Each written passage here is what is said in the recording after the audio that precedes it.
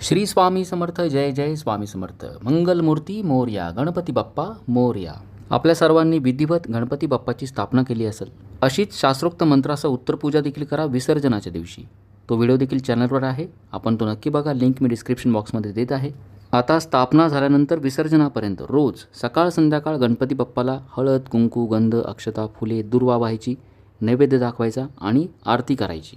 आपल्यापैकी बऱ्याच जणांना शंका आहे, स्थापनेच्या वेळी आपण जो कलश मांडतो, विड्याची पानं जर खराब झाली किंवा नारळ ओला झाला, खराब वाटला, कलश हलवायचा नाही. उत्तर पूजा करताना अक्षता टाकल्यानंतरच कलश हलवायचा. बाकीचे साहित्य आहे, आपण रोज गणपती बाप्पाला फुलं वाहतो किंवा हार वाहत असाल, रोज आपण फुले हार बदलू शकता. फक्त हळूवार बदलायची, मूर्ती हलणार नाही याची काळजी घ्यायची. रोज दुर्वा आपण बदलू शकता. पहिला दुर्वा काढून ठेवा. समोर जी विड्याची पानं असतात ती जर खराब झाली, ज्यावरती आपण सुपारी, हळकुंड, बदाम ठेवले आहेत, जास्त खराब झाली तर ती बदलू शकता. फक्त कलश जो असतो तो हलवायचा नाही. रोज बाप्पाची मनोभावे आरती करा आणि उत्तर पूजा देखील विधिवत शास्त्रोक्त करा. श्री स्वामी समर्थ. जय जय स्वामी समर्थ. मंगलमूर्ती मोरया.